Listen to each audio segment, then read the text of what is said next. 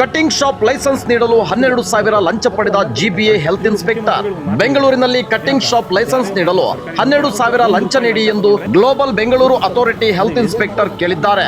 ಆ ವ್ಯಕ್ತಿ ತನ್ನ ಬಳಿ 10,000 ಮಾತ್ರ ಇದೆ ಸಾರ್ ಎಂದಾಗ ಇಲ್ಲ 12,000 ಕೊಡಲೇಬೇಕು ಎಂದು ಅಧಿಕಾರಿ ಡಿಮ್ಯಾಂಡ್ ಮಾಡಿದ್ದಾರೆ. ನಂತರ ಅಲ್ಲಿದ್ದ ಸಾರ್ವಜನಿಕರು ಅಧಿಕಾರಿಯನ್ನು ತರಾಟೆಗೆ ತೆಗೆದುಕೊಂಡು ಮುಖ್ಯಮಂತ್ರಿಗಳು ಆದೇಶ ಮಾಡಿದ್ದಾರೆ, ಯಾರೇ ಲಂಚ ತೆಗೆದುಕೊಂಡರೂ ಕೂಡಲೇ ತಿಳಿಸಿ ಅವರ ಮೇಲೆ ಆಕ್ಷನ್ ತೆಗೆದುಕೊಳ್ಳುತ್ತೇವೆ ಎಂದು ಹೇಳಿದ್ದಾರೆ. ಈಗ ನಿಮ್ಮನ್ನು ಏನು ಮಾಡಬೇಕು, ಮುಖ್ಯಮಂತ್ರಿ ಅವರನ್ನ ಹೇಗೆ ಸಂಪರ್ಕಿಸಬೇಕು ಎಂದು ಅಧಿಕಾರಿಗೆ ಪ್ರಶ್ನೆಯ ಮೇಲೆ ಪ್ರಶ್ನೆ ಕೇಳಿದ್ದಾರೆ.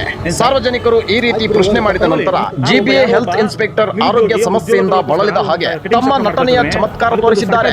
ಲೈಸೆನ್ಸ್ ನೀಡಲು ಲಂಚ ಪಡೆದ ಆರೋಪದ ಮೇಲೆ ಅಧಿಕಾರಿಯ ವಿರುದ್ಧ ಏನು ಕ್ರಮ ಕೈಗೊಳ್ಳಲಾಗುತ್ತದೆ ಎಂಬುದನ್ನು ಕಾದು ನೋಡಬೇಕಾಗಿದೆ. ನಮಸ್ಕಾರ.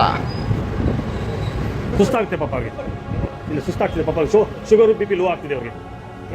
ಪಾಪ ಶುಗರು ಬಿ ಪಿ ಲೋ ಆಗ್ತಿದೆ ಪಾಪ, ಪ್ರಶ್ನೆ ಕೇಳಿದ್ರು ಶುಗರ್ ಬಿ ಪಿ ಲೋ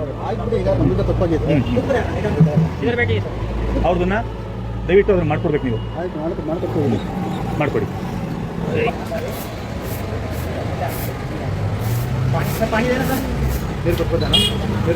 ಏನಿಲ್ಲ ರೀ, ನಾರ್ಮಲ್ ಇದ್ದಾನೆ.